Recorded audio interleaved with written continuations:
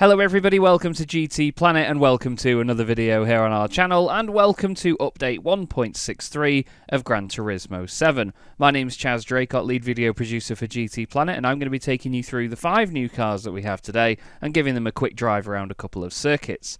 The first of which is the only car of the 5 to be found in Legend cars. Now I'm going to be going through these in the sort of slowest to fastest order as I often do, and it's this thing. It's only 44,000 credits, surely one of the cheapest cars ever to be found in Legend cars, and it's the Toyota Land Cruiser FJ40V from 1974. A lot of people saw this in the silhouettes that Chaz tweeted out and thought, oh, it's another Willys Jeep, but it's a very similar machine, obviously in shape and vision effects, and I don't even know if that's the right thing to say, but it looks the same basically. We're going to purchase it for 44,000 credits. We're going to give it a go around the Fisherman's Ranch circuit. It's an off-road course that I've never thoroughly enjoyed, but before we do that I want to look and see if there's any funky little tuning things you can do to this car, because it seems like one of those quirky little machines. So if we head into car customization in GT Auto, you can see we've got just different front bumpers on the thing, which, you know, that one looks quite sturdy, that one looks really sturdy. It's almost like a Wreckfest style sort of bumper. On the sides, you can just basically remove the indicators and have them in a different place, the little reflectors.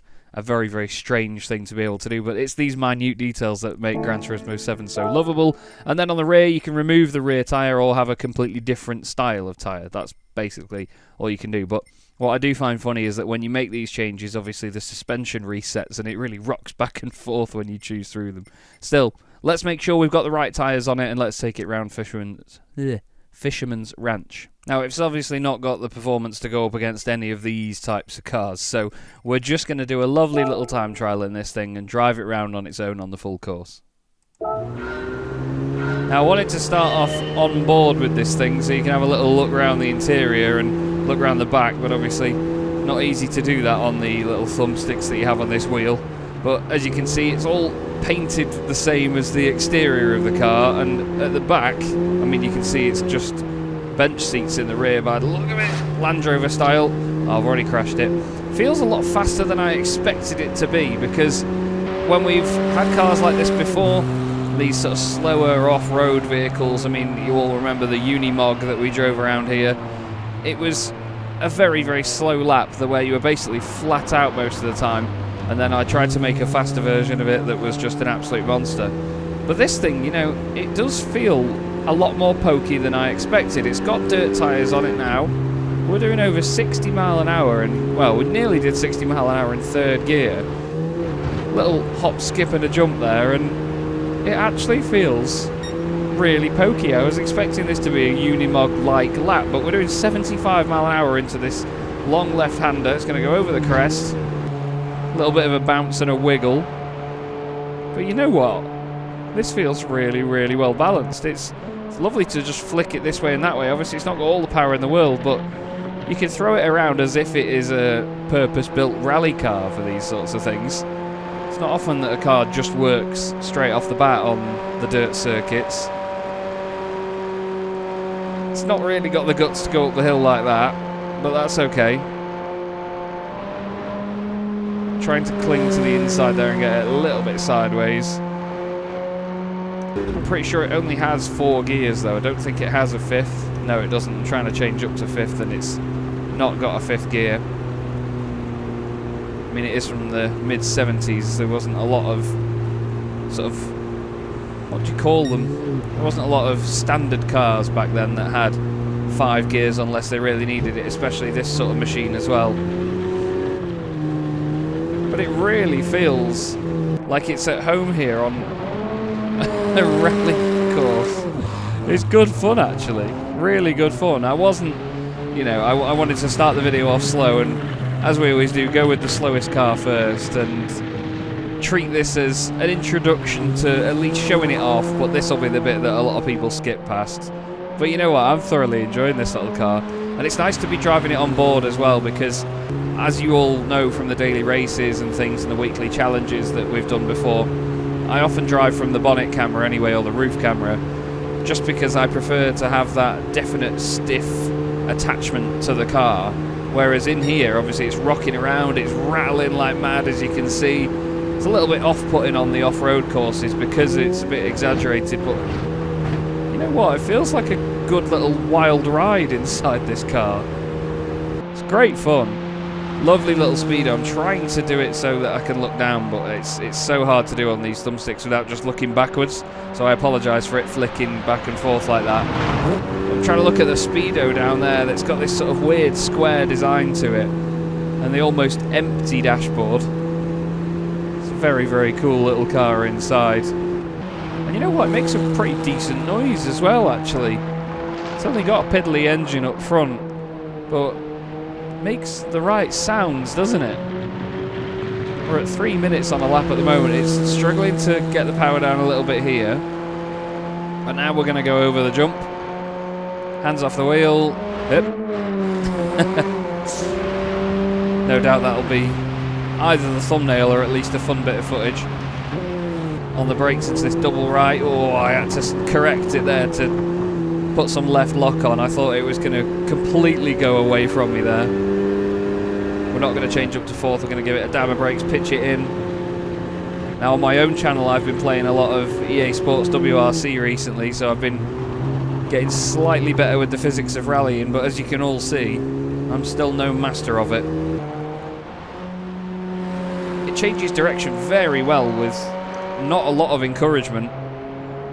Here we are, we'll get some poke up down here now. Look at this go. Top end of fourth gear, 90 miles an hour. No, it only got to 89. I was sure it'd break 90 mile an hour there.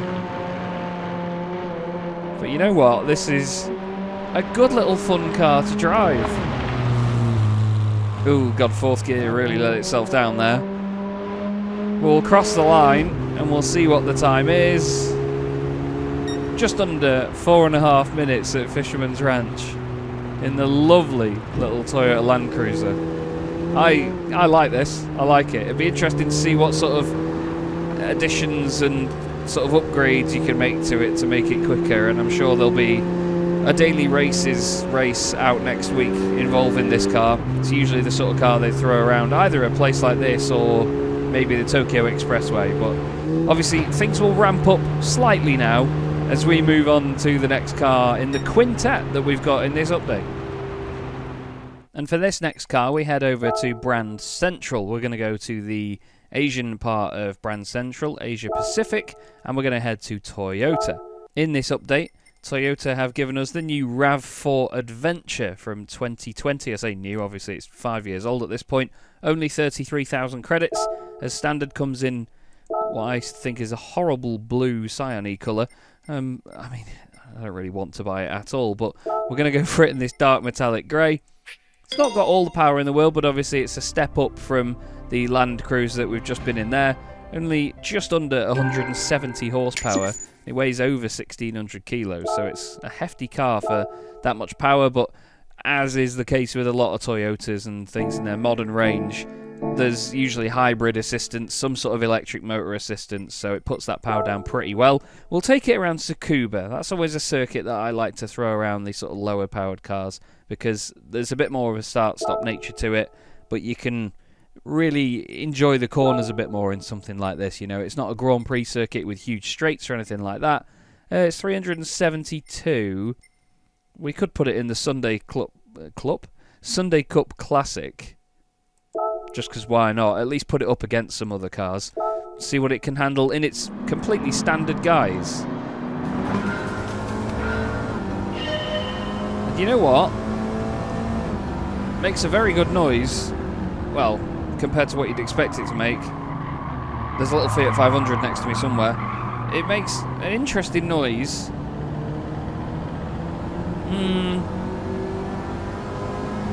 Revs very high, 6.5, but the gear changes are rapid. That's surprised me straight off the bat here. But it feels like you're in a very big car. It feels like you're very high up, like really high up. And it's very stiff inside here, like there's not much movement from the driver's head. Doesn't feel like the car moves around a lot, but you know what? It's very stable. It doesn't lean forward as much on the brakes as I would have expected. I'm interested to try this view and see how it feels from here, because I'd imagine a car... Oh, we're boxed in here. Excuse me. Excuse me. Yeah, excuse me. Sorry, bye. We need to, you know, see if it nosedives on the brakes, because it's quite a high car, so if we... It does a little bit, but not a lot. It's quite a bit stiffer than I thought. I'm not sure if the adventure version of this car has stiffer suspension than you'd usually expect. But it sounds actually a lot nicer inside than I expected. Is it a case of, though? Oh, I don't know. Just realised the revs seem to match the overall speed now. Now the gear ratios just seem really close, because yeah, when you change down it doesn't sort of go it's more like it's very strange. Let's just have a look through here at, if we go up through the gears now into fourth. Just watch the needle down there by the speedo when I change down to third here. Watch how short the ratios are. It only jumps up about 500 revs, not even 1,000 revs from one gear to the next when you go down to third. Then third is really long, like we were at 3,000 revs there all the way up through 5, 6. It redlines at just under 7,000 RPM. And it really does move, actually, for its size, but obviously we're against some pretty slow opponents here. There's the Auto Bianchi 121 thingy. I always call it the 121, it's the 112.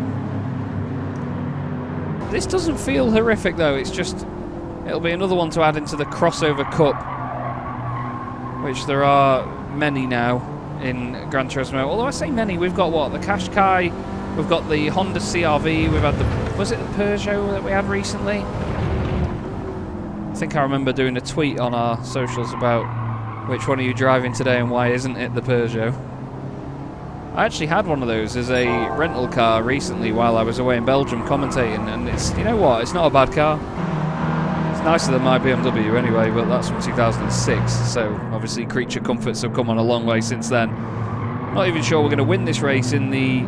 So it just seems really similar to the Qashqai in a way that the revs don't feel like they match what the car's doing. They do on the way up, and obviously you go up through the gears, but the ratios are so short that, like, I've gone from 50 mile an hour in third gear, and by the time I'm in fifth, I'm only doing 85 up. It's reminded me that it's not invincible through there. Very understeery at this height. And across the line we go. Strange experience, but again, it's one of those things. Gran Turismo has always had realistic cars in it that people drive on the road from day to day. It makes it more relatable for players, you know. You could see one of them driving down the road on your street, and there probably is one on my street. So it's a car that appeals to a lot of people in the way that, you know, you might own one of these and you might want it in a game. It doesn't really appeal too much to me, but that's all it is. We're going to move on now, obviously, to the next car. We are going to get into some more performance-based machines now, so this should be a bit of good fun. We're going to go from a big crossover car to quite a long, chunky saloon machine. And for this, we go back to Brand Central once again, into the same region within Brand Central, and down to Korea and Hyundai, because they have got another one of their N cars in the game, one of the wonderful N range machines. They usually have the i30N, there's the Ioniq 5N down there as well, and now the Elantra N. The facelift version of this car recently got a TCR model made. I think that the previous version was the first TCR, and then this is the later one. I've seen one of them recently. I think one's come over to the UK actually with, I think it's Callum Newsham, I think, is racing it. I think the front of it looks fantastic. The old Elantra looked really good as well. Not so sure on the back of it. I mean, the size of the thing as well. It's a really long car. 276 horsepower, which is a number that a lot of people will be familiar with Gran Turismo games. There used to be a bit of a gentleman's agreement back in the 90s with the performance Japanese cars that none of them could have more than 276 horsepower. So that tended to be the number that you kept seeing. Still, I'm excited to drive this thing, hoping that it's a bit more of a conventional driving experience. We are going to take it back to a Japanese circuit again, but I'm thinking somewhere more like, not Autopolis. Ooh, I'm not sure on this one actually. I'm going to have a look and see what I make my mind up on. Is there anything we could race it against? It's not four-wheel drive, it's front-wheel drive. We could go to the Sunday Cup 400, but again, we'd absolutely batter them. That's probably the only thing we can take it up against, really, isn't it? Oh, well, European Sunday Cup puts that to bed, doesn't it? There's not really anything we can race against here. I do wonder whether we find another circuit. I did mention Autopolis, didn't I? Oh, here we go. Look at that. Oh, it's not Japanese, is it? That's so bad of me. Oh, I'm just going to take it to Kyoto Driving Park and do a time trial in it, just to see how it feels. Let's go to the Yamagawa circuit, so we get the best of both worlds with this track. We get the high-speed sections, we get the twisty stuff as well. I really do like this track. And I'm intrigued to hear how this car sounds as well. Obviously, we'll start again with the onboard. Oh, yeah. Sounds fantastic straight off the bat. Turbocharger is very loud. Has it got that saloon car stability? It's got that front-wheel drive understeer on the throttle.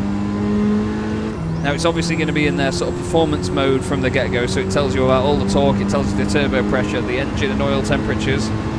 That's a long fourth gear. I'm not sure if that dial in the middle is a bit too busy for my liking.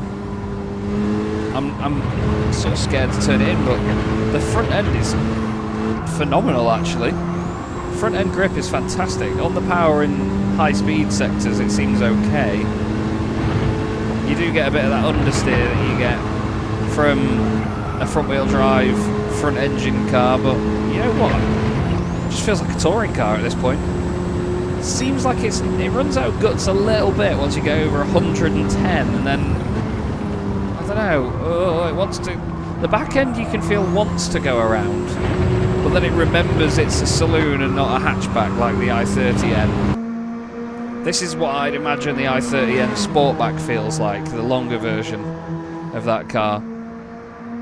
They're around the same horsepower as well, actually. I think the Drive N limited edition of the i30N, I think that was about 280 horsepower rather than 270 odd.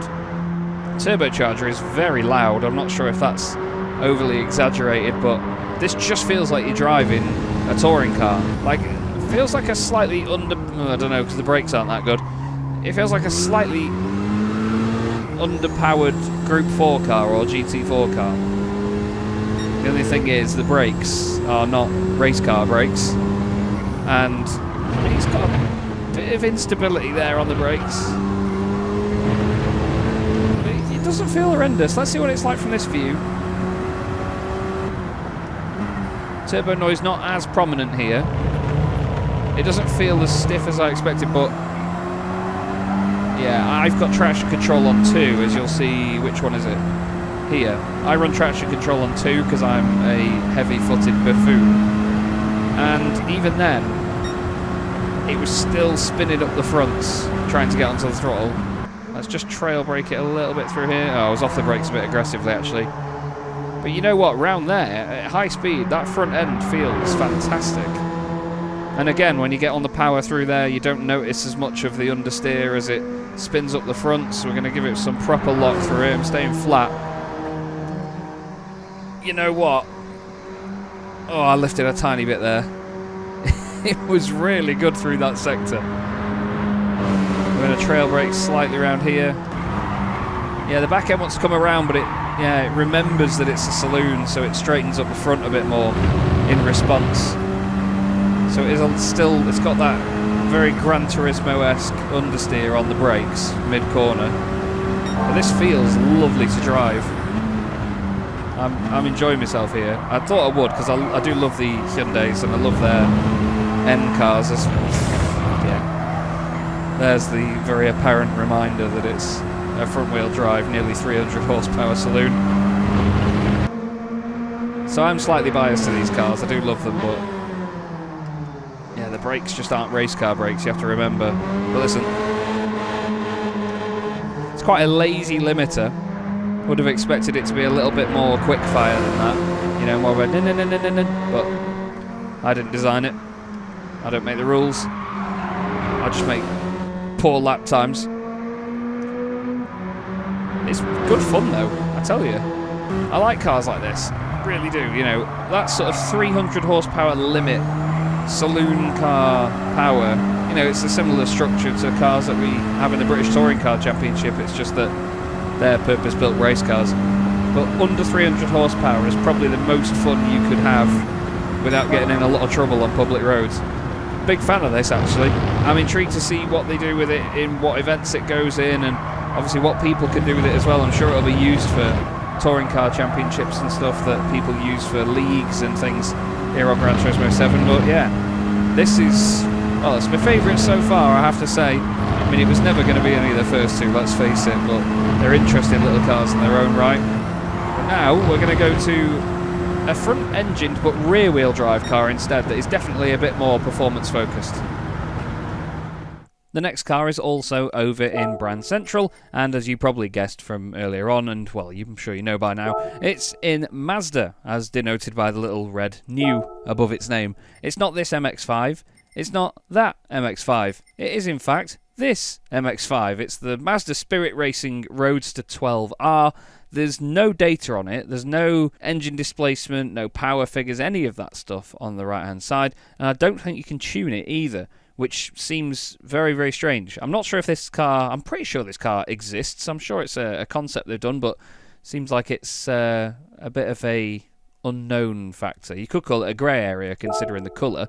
It's aero grey metallic, it's the only colour you can have it in as well, which is obviously like a house colour for Mazda with this car. 120,000 credits as well for an MX-5, seems like a lot of money, but it doesn't apparently call itself an MX-5, it is the 12R, so whether it's completely reworked, whether it's an absolutely new machine underneath and considered a bit of a prototype, don't know, but I'm going to throw it around a bit and see what it can do, because I'm quite intrigued by this car. We're going to go for a European circuit with this one, though. It would be strange not to. I think out of all the twisty circuits, let's try Deep Forest. I really like Deep Forest. You all know that by now. We've got the it's a European Sunday Cup, so we can't enter that. We could just go for a quick Sophie race, because why not? Let's just do that. Why don't I always do that? Stuff it. We'll go for professional 3 laps. See what it's got, shall we? Like I say, there's no power figures or anything on this car, so not a clue what it can do, but either way, if it's a sort of Mazda Spirit racing machine, it should be quite pokey, because when they've had their sort of Mazda Spirit machines in the past, they've been very racy. It's got slow-ish gear changes. It doesn't feel like a sequential box or anything. Oh, okay, I've been mugged by a Clio. Feels quite understeery until you get on the power. It rotates nicely there. I do like this dash and everything, but it's not too dissimilar to the usual MX-5 dash of this generation. Whoa, it's got a lot of front end on it. Wow. It's very strange. On deceleration, and on corner exit, it's got a lot of front end, so it does like to move around, but that's one of the charms of these cars. They race them in North America, and it's I think it's a global Mazda MX-5 challenge or something, and it is a real treat to watch. You know, there's loads of slipstreaming, cars move around a lot. It's a car that's very popular on iRacing as well. The MX-5, they've had it on there for a long, long time. Oh. Even with just the traction control on 2, I mean, it's got nothing on that RX-7. Look at that go. Revs to 7.5. I was just waiting to see how high up the revs it went. Are we really losing to a DeLorean in this thing? There's the slipstream coming in. Look at it. Through. Oh my god. Typical BMW drivers. I've got one, so I can say that. Into the hairpin. There's another car next to us. It's the TT. Hey, I tell you, it's a lively, lively machine, this. I really just wish we knew how much power it's got. It's clearly got quite a bit, because look at it go. But it isn't as groundbreaking compared to the other MX-5s as I would have expected it to be. Into the slipstream of the Subaru. Let's flash the lights like a Subaru driver would on the M6. Does have a 6th gear. Didn't really get too much chance to use it there. Brakes are decent. I didn't have to really push them too hard there to outbrake that Subaru. But again, the out of corner and the sort of exit oversteer creeps up on you. That BMW is all over the joint. But look there. The little sort of, if you're on the throttle then off the throttle again, if you're adjusting mid-corner, it doesn't seem to like it too much. It does feel brilliant though. It's not turbocharged, it's naturally aspirated, we know that much. And it's just got power all the way through the curve by the feel of it. You've just got to be extra careful with delivering that power in the higher revs on the exit of a corner. It feels brilliant though. I think Sophie's got to that point where now she's slowing down a little bit for me. Whoa! I am enjoying this car a lot, you know. So much to the point that I'm driving it from on board and still enjoying it. I don't always drive from the onboard cameras, especially if I'm doing the daily races, for example, because all of you lunatics can't be trusted. Look at it go, past the Clio. Bye-bye. Don't think we're going to beat the likes of the RX-7, though. Broke a bit early there, car left. Car right. Bye! Oh, dearie me. Ford Focus drivers now in the picture frame. He got mugged. It feels rapid though, this. Really does. It took me a moment to warm to it. It didn't feel very special. I mean, it doesn't feel massively special now, but you know, it's quick. It's good fun. It does feel like a road-going race car. It feels like the road-going version of the actual race car that this is probably built to be closer to. It's good fun, really good fun.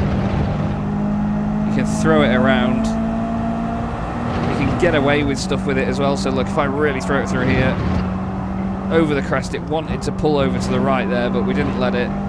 It just reminds you every so often, it kicks the back end out a little bit, but there's a little reminder there that there is quite a bit of understeer in the front if you don't do something about what gear you're in and, you know, really manage the car around the corner. You can't just throw it in and lift and hope for the best. But you can, you know, trail brake it a little bit, just stabilise the front, get back on the power to bring the rear end around. It's fantastic fun. Look, that was a long old slide, but it didn't feel like it lost much momentum as a result of it. That's great. Chasing the RX-7, which seems to be running at half throttle now. We saw how that thing moved earlier. There it goes, bye. It's strange how that works, isn't it? You know what? This is my favourite so far. Don't overdo it. Sounds good too. Sounds really good. I think it's wrong that we're about to out-drag this RX-7.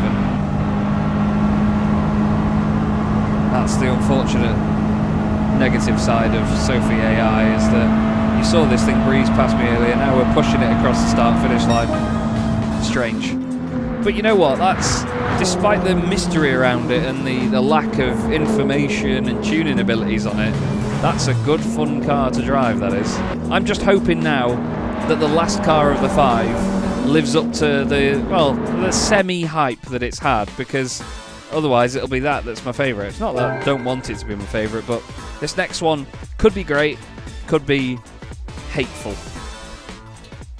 Much like the others, this car is also in Brand Central, and we probably could have saved a European circuit for this one, as the car itself is in Europe, and Opel have now returned to Gran Turismo with this addition to Gran Turismo 7, with this very strange Vision GT car, the Opel Corsa GSE VGT, 788 brake horsepower, four-wheel drive car.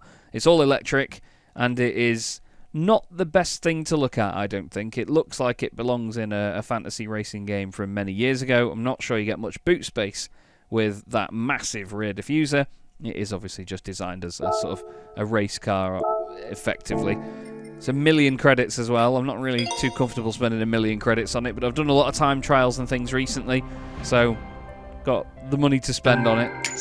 It's a very weird looking thing. The front end, the front lights remind me of another car, but I can't think off the top of my head what it is. I'm going to go to an American circuit just because a lot of the American audience will hate me, because it reminds me of the shape of the front lights of the Chevy Camaro. You know, the shape of the sort of strip along the front, where it was the one that first appeared in the sort of the newer Transformers films when Bumblebee became one of those. And yeah, for some reason the front strip of this seems to be a similar shape. I'm not sure if I've bothered to put a picture or something up of it, but I'm sure you'll agree if you see it. Let's take this car to Road Atlanta, because we've got some twisty bits and we've got a long, fast straight. We'll do a quick Sophie AI race, because why not? Oh wow, it's not compatible with GT Sophie mode. That's very interesting. Let's just put some other cars up against it and go to Road Atlanta then, shall we? Oh. No, I don't really want an entire field of them, bear with me. In that case, we're just going to time trial it on its own. I don't want an entire field of cars against me that are all the same. That would just look weird and boring. Now, it's usually these cars that have weird and wacky interiors, so I'm going to take a bit more of a moment to have a look inside this one. I'm trying to tilt it so we've got a bit of sunlight coming in, but it's so hard to look inside them from this camera. Listen to it. There's nothing really to look at. There's a big stop thing there. Oh, God. You can look at the back like that. There's a big stop thing there. You see it? It's very strange. Steering wheel is squared off, almost like modern Peugeot steering wheels. But instead of having a painted line like my wheel has in person here, it's got like this weird thing in the middle. Makes a very strange noise.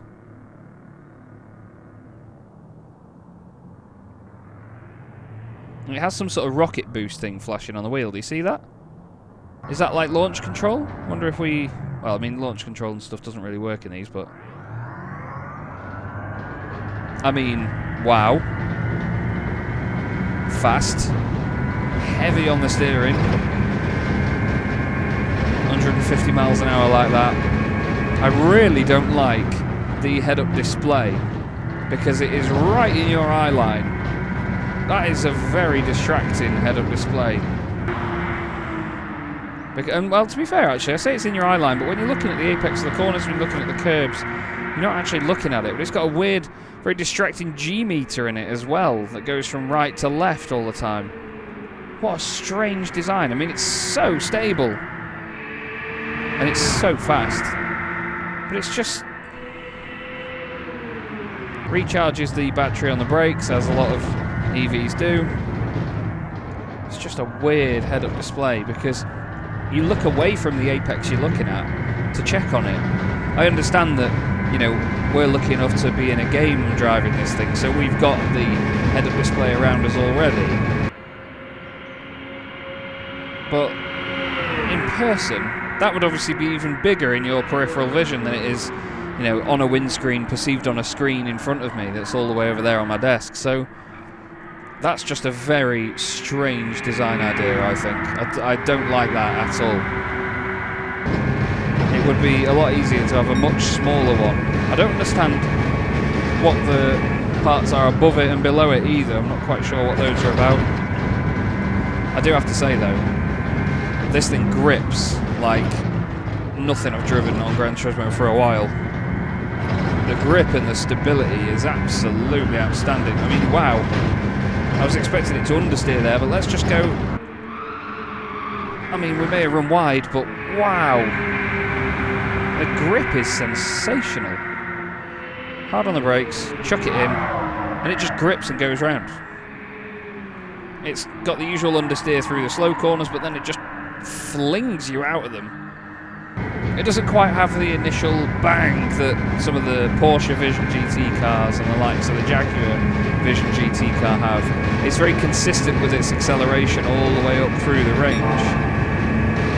The noise isn't brilliant. I don't like the noise it makes. The brakes are absolutely outstanding. The grip is just off the charts. It's strangely fun to drive, despite that horrible head-up display and strange sound. But it looks weird as well from the outside. I'm hoping that I've put a good few shots in of this thing powering its way around. We'll go on the bonnet camera in just a second when I get a part of the circuit where I don't have to think before I already arrive there, because this thing is that quick. Oh, I've gone wide again. It's changed now. Sound is still of a similar level here, if not matched to the wind noise. But it's just so grippy. So grippy. It's crazy, really. But it's got that usual electric car symptom of once it gets past 100 miles an hour, it's almost like it gives up a little bit. Still doing 170. We have surpassed 170. Hard on the brakes. From 170, it stops early at the chicane. Wow. Okay. I'm convinced that, you know, cars like this can be good fun to drive, but the electric element of it, as Jordan said in our previous podcast, it just doesn't translate well into a game. It takes away all feeling and it makes the cars very numb to drive, you know. They're fun and exciting in the way that they just fling you out of corners, you know, like you're out of a catapult, but the lack of any revs and sort of additional sense that you're going quickly with the sound of an engine or some gears, it just doesn't work in a game. Cool idea, obviously great to see another Vision GT car. I know a lot of people don't like them. I think it's great to see these ideas and these concepts coming to a game like Gran Turismo, but it doesn't interest me as much as something as raw as the MX-5 or the Elantra. Still, I hope you've enjoyed our look at these cars here today. There is one little thing, though, that I'd like to point out that Andrew has kindly pointed out to me midway through this recording that we need to just have a little chat about with this latest update before we go. I don't know why the driver also looks like he's from Helldivers or Halo or something of that regard. I don't understand the point of that. So as you all know, we often get the weekly challenges, which you can see from that little green row next to World Circuits there that I haven't done any of this week because I've been busy. But we also have, usually, in the sports section of Gran Turismo 7, 2 time trials running at a time. They run every 2 weeks, and they sort of leapfrog one another every 2 weeks. But with the addition of some recently, there's one that I completed a while ago, I've not done them for a bit because, like I say, I've been busy, so I should get a few million back here. Well, that's nice. I've made my money back. Lovely.